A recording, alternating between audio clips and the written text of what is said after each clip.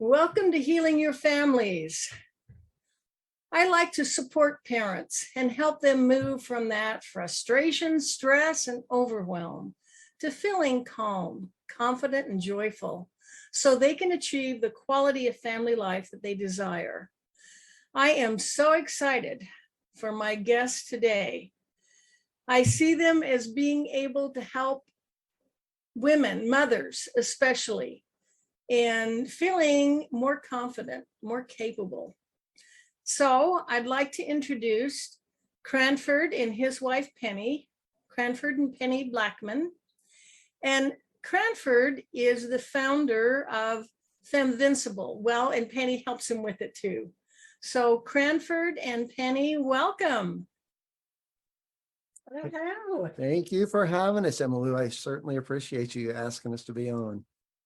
Well, I'm glad you're able to come. I got, as you were describing to me what you do, it was just sounded so exciting of all the potential there. So start out by telling me how it started. What led to Femvincible?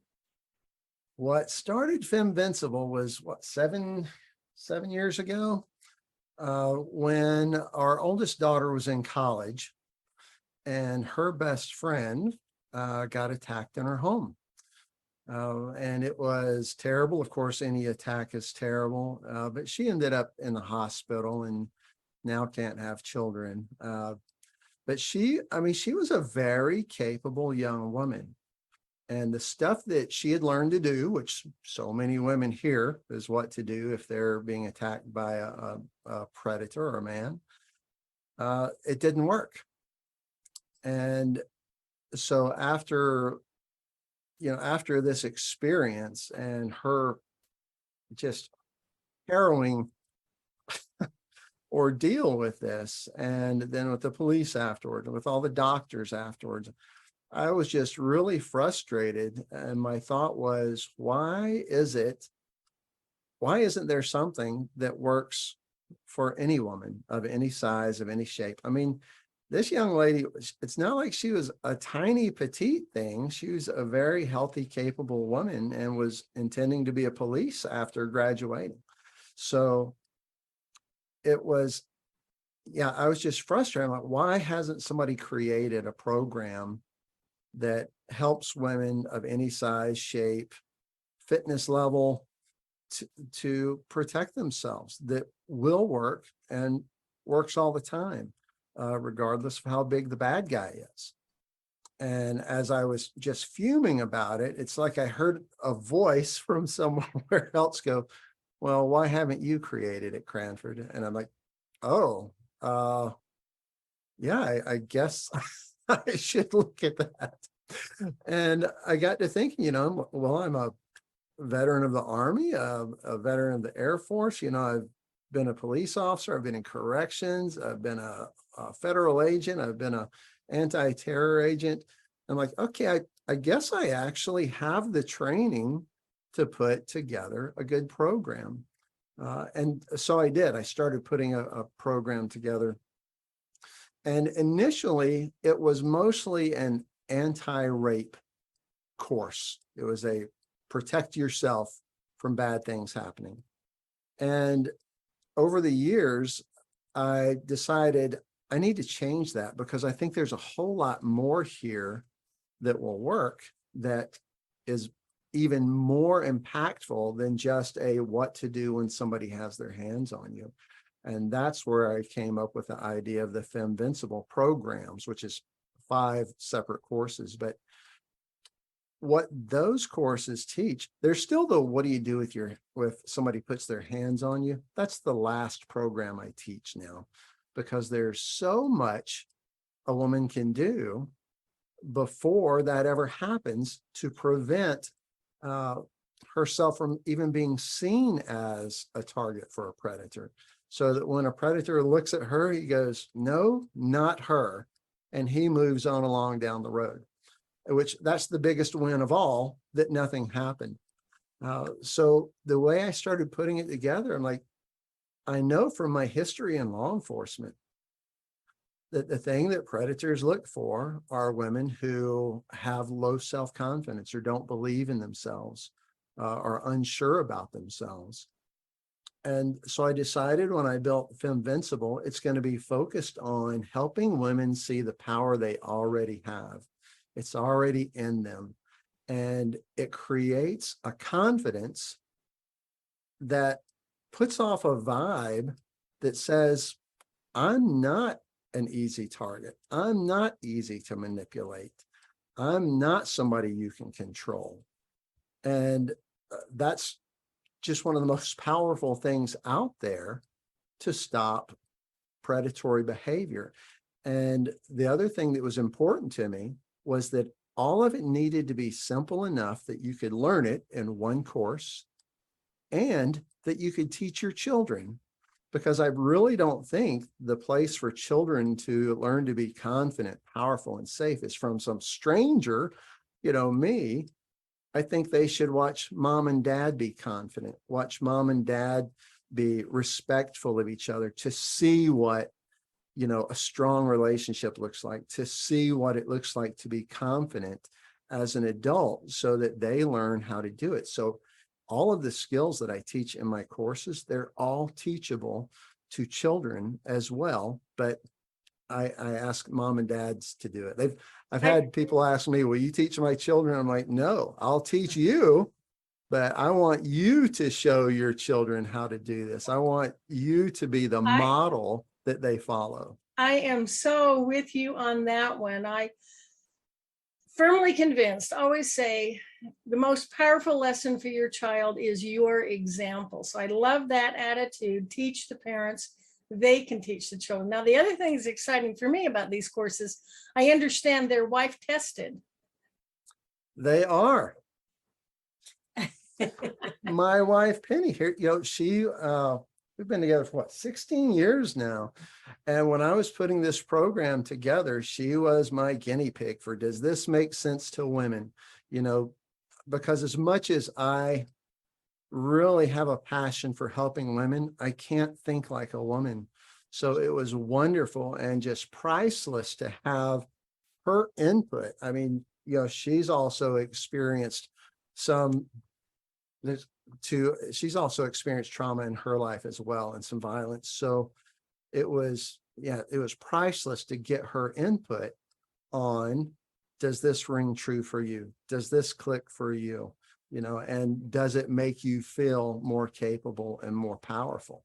And Penny, you're involved in this business too, right? Yeah, I do a lot more behind the scenes for him and stuff, but I definitely, I'm so grateful for the stuff I've been taught. I remember one of the things that really helped during, the creating the courses, as far as my input, is one thing we hadn't even thought about having to have part of the courses. There was something he was teaching, and I had a trigger response from my trauma. And all of a sudden, and he knew what that looked like in me, because we had, we'd been together for so long. He saw it, he knew it, we were able to handle it. And then we were able to go forward saying, okay, so we recognize that a lot of people that will take these courses have had some past trauma. So how do we handle that? So he was able, between the two of us, we were able to come up with, the actual process when that happens, to allow the container of the class to be able to be part of that healing as well, and to recognize and see when that's happening. So that was pretty powerful to be able to it's just something we didn't write in the little, itinerary of what was going to happen, but it just happened organically. And we were able to go, all right, this is something to be aware of. That's one of, oh, I'm sorry, go ahead. I was just going to say, that's a component I hadn't even considered. Yeah. To be aware that there's, potential triggers and knowing how to work through that. To me, that's just empowering. Yeah. It's beautiful. Yeah. And it was, because it was we're able to stop and take care of what was up in that moment and apply it to what we were learning and teaching. And I was able to kind of go back and kind of almost recreate that situation in a more empowered response. And it really helped a lot with my healing with that piece. which is That's so great. important, because really, I think the majority of women that have been through my programs are violence survivors. And it's interesting that that triggering event that happened for Penny was not even during a class that's like a hands-on fighting class. It was, just a quiet class thing, and something triggered a memory for her, and Yeah. we were able to work with it. That's one of the other things that I've found from some of my I never know, do I call them clients or customers or students? But oh, I lost my train of thought. It's a pretty wobbly track there anyway. But you had learned from your students in, when a trigger comes up, a memory comes Oh, up, right. and how to work So, through it. yeah, the thing that a lot of women were worried about was they'd been to self-defense classes before, and the instructors were very drill sergeant like, or very loud, and trying to bring across the power and strength and confidence in the class. But a lot of the women that I talked to were intimidated by it, and they were so intimidated, they said, I didn't even want to ask questions. So that's another place that I looked at, and I said, I don't want anyone to be uncomfortable in my class. So, we build in a lot of relaxation, a lot of, laughter, and there's no loud stuff. There's no harsh stuff, because one, I don't want the women there to be afraid, but two, I want you to go home and teach your children and teach them in that calm, confident, playful, fun way to help them learn how to not be bullied, how to not be trafficked, how to be more trouble than a kidnapper wants to deal with. And even in, class number 5, which is the hands-on, it's still a very relaxed, enjoyable course that, we laugh. I think people are surprised at how much we laugh and have a good time in class. But Well, even that, oh, I'm sorry. I was just going to say, my observation of past trainings I'm familiar with, I've been through, they either made you fearful. It was things like, don't get onto an elevator alone. If a man gets on the elevator, then you get off, and, don't go in a dark place, don't do this, or gouge him in the eyes. And I'm thinking, I don't know that I feel comfortable with the thought of trying to gouge out somebody's eye. And they, to me, I did not find them useful. But as I Right. listened to you describe your course, I could just immediately see how women who take it would leave feeling empowered. They would feel like, yeah, I can stand up to the office bully. I can go ahead and ask for that raise. I can make eye contact. So tell us a little bit about some of about your courses. Okay, sure. And I'm sure people are curious about when you say how to ask for a raise, when people generally look at me and think, he's a self-defense instructor. Nope, that's not what I teach. It's really, I look at it almost as an empowering transformational program that uses personal safety, self-protection as the vehicle to learn it. But it goes from learning things like how to use your own intuition, how to use it, how to control it, because you can actually consciously control what your intuition looks for and what it tells you, in good things and bad things. So that's the first course. It's about intuition. And it's one of those places where I'll teach women, not only can you recognize when there's danger around, you can recognize easier and quicker when there's something wrong with your child, or when something's amiss in your relationship, or when something's going on at the office that says there may be an opportunity for growth here, or there may be an opportunity for me to finally get to stand up and shine in this place. So it's not just about bad guys. It's how to look at any situation, use the tools that you have to make the most of it. And, I've had women ask me, well, won't I be afraid all the time if I'm just being that aware, situational awareness and everything? Won't I just see bad stuff everywhere? I'm like, goodness, no, you can do that right now. You know, the goal of what I teach is for you to recognize that dangers aren't as horrible as a predator wants you to believe, and that you are far more capable than you have been led to believe by what you've heard in the media, by what you've heard by, you know, ex-boyfriends or whoever that have said negative things to you about yourself. When they're learning about who they are, what capabilities are within them, they stand up a little bit taller. They're willing to look you in the eye. They're okay telling a guy, I said no. And they're also better off standing in front of the boardroom, giving that presentation to the CEO, or to stand up and ask for that raise, or to teach that course they wanted to, or to get up on a TEDx stage. So there's just so many parts to it, whether it's learning a greater level of intuition or being able to look around you and see everything as a resource. I think that's the biggest thing, is that I was one of those, I'm like, because I really believe what you focus on, you get in your life, you know? And so I'm like, if I'm focused on bad guys, isn't that going to bring more towards me? And what he teaches is really focusing on solutions. And so I'm walking through now going, I can use that, I can do that, I can do this, you know? And so now I'm looking for solutions, which changes my posture, changes my energy, changes the, you know, like I just get off the radar, either off the radar of a predator, or I am now somebody that like, that is not the target I'm looking for. Like they'll definitely see me because I'm like, I have a presence, you know, and that same presence pulls in through my career as well. You know, I think a lot of times, you know, my women, my generation and up especially, you know, that we kind of have that boardroom, you know, stand in the back, and yet we want to stand forward and stuff like that, you know. And so as you're looking for those solutions, this confidence in who I am and that I can see solutions and I have a voice and all of those things come forward in the other places of my life, you know. I think even in our relationship, you know, I got more vocal. Not that I was a mouse before. I don't think he would have been attracted to a little mouse or anything like that.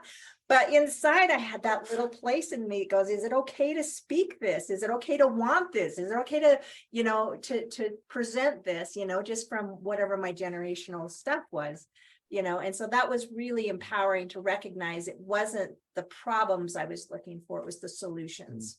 I love that. It's what you focus on, what you're looking for. I also love that thought of learning to trust your own intuition. Sometimes we doubt ourselves and we're thinking, oh, I'm being too imaginative. I'm making that up. Right. So, And it's terrible that, you know, women have had men make fun of women's intuition for so long that I think some women have kind of pushed it down themselves. And it's an incredibly powerful tool. I mean, it's the most basic survival alarm system you can have, you know. I know what else I was going to share with you. When I think about being in a business situation, I think it becomes much easier to face something like a boss or a promotion, or, you know, even a fire in your home, when you've learned to see yourself as somebody that can handle a predator who enters your home or tries to push you in a car.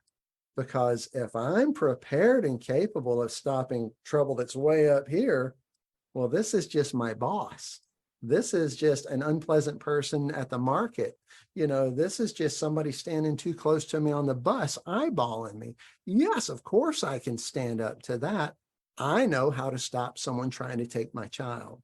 I know how to stop someone who's trying to push me into a van. You know, so there's just so much. It's like an awakening of power. I hate to call it empowerment because it's already there. It's already within every woman, but it's awakening it, you know, and learning to trust it. yes, You know, Yeah. because right. I think that, all right, here's my little soapbox. I think that men were so, you know, in the male form of corporate thing, because we are so, as women, so in touch with our intuition, and that inner knowing is so strong, that they kind of had to go through a time there that they made that wrong, you know, or, you know, you're just overthinking it. And inside now we're questioning, am I?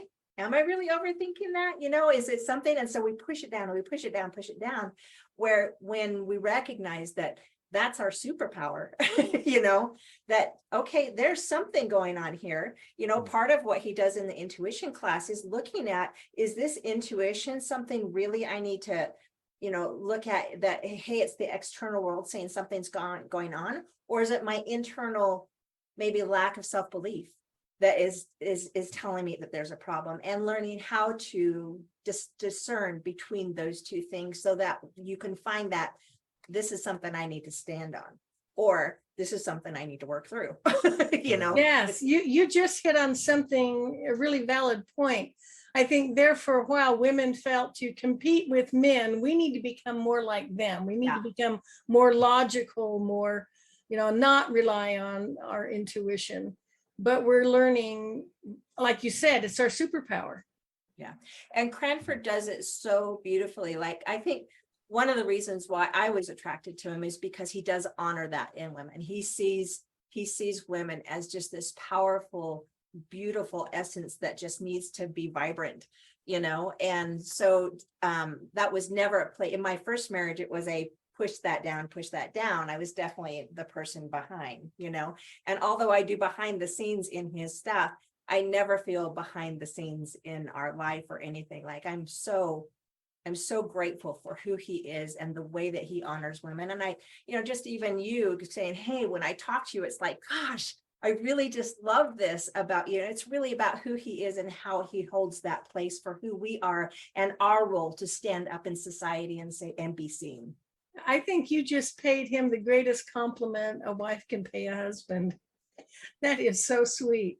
And I agree with you. He has that demeanor that he genuinely cares about women, and he very genuinely wants to help them. He wants them to recognize their power and to tap into it and to use it. Now, very little bit of selfishness in there, though, because I really believe that the only way we get better here on the planet, you know, we men have been in charge for a long time. And I really think the way that we get better and get healed back is by women remembering the power they have and standing up and refusing to sit down in the back of the room, or refusing to be walked over or told to just be quiet. That's not your place.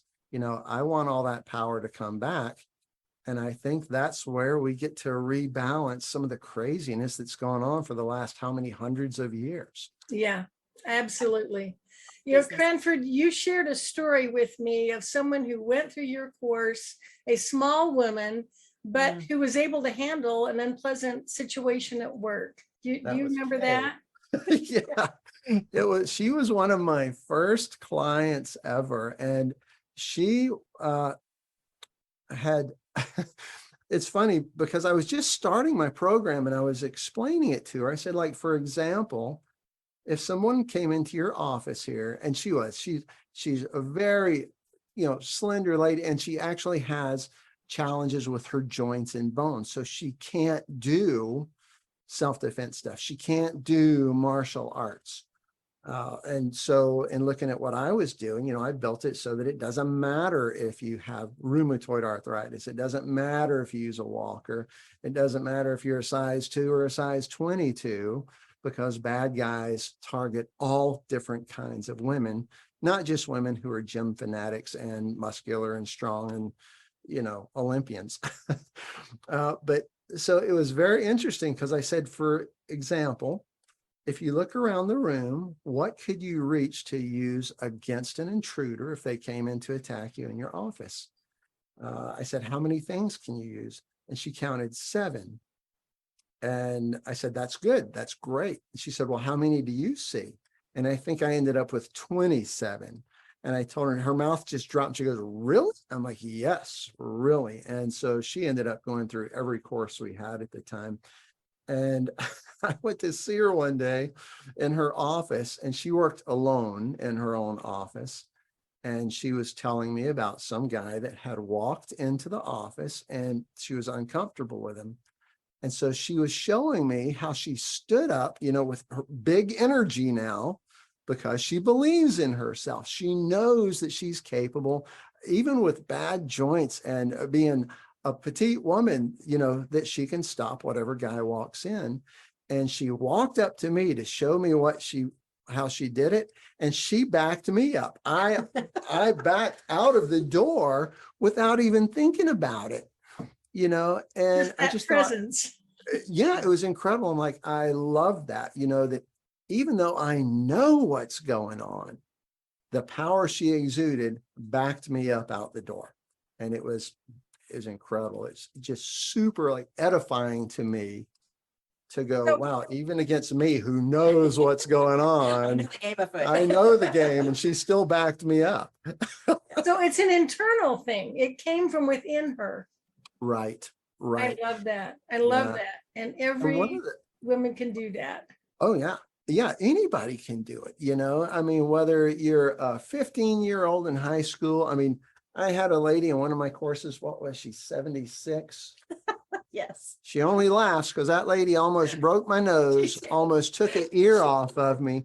I'm like, whoa, we go slow for a reason. You know, that was in class, which is now class number 5.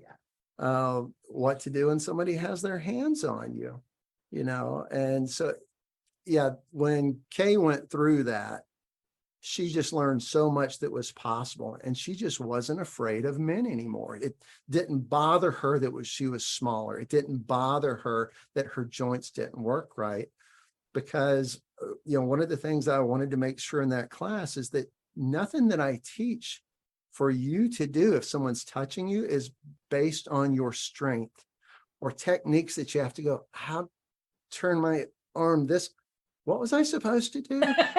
No, it's based on so many things that you already know how to do. You know, like it's fun when I'm using kitchen utensils and I'll have a potato masher. And I guess a lot of younger people might not know what a potato masher is.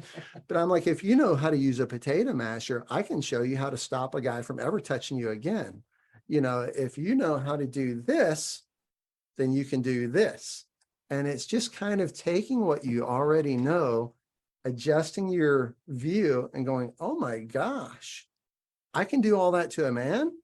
Yes. What if he's stronger than me? It doesn't matter. He has the same pain receptors in his body as a tiny guy or a giant guy, and his neurology and his brain and his fight or flight activation system still activate.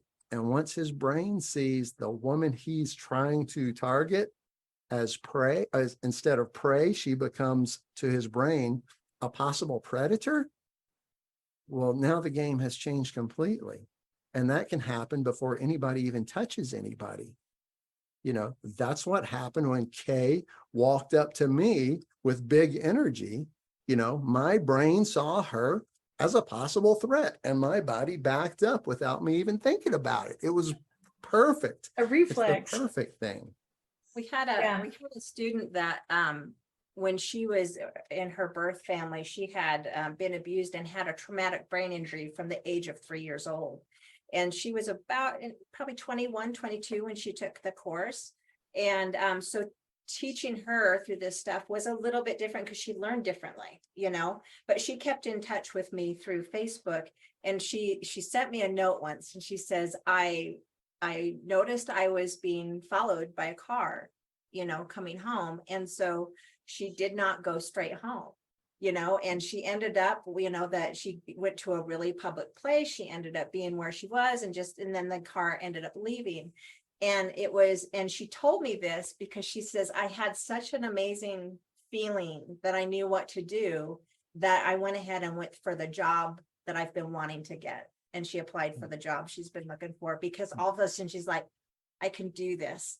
I have capability. And that's the stuff that's so cool around. You come for this, the self-protection, but you just leave with so much more. Yeah. So you introduce them to the power they have within them. I absolutely love it.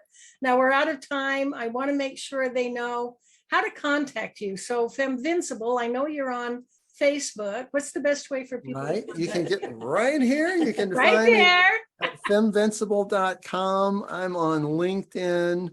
I'm on YouTube. I'm on Instagram. Pretty much I'm the only Femvincible on the planet. So if you look up Femvincible, it's me. But yeah, certainly femvincible.com is the easiest place to go to. And it's, yeah, I'm excited to teach. It always just fills my heart to teach classes of women and watch them walk out standing taller and shoulders back. And it's incredible.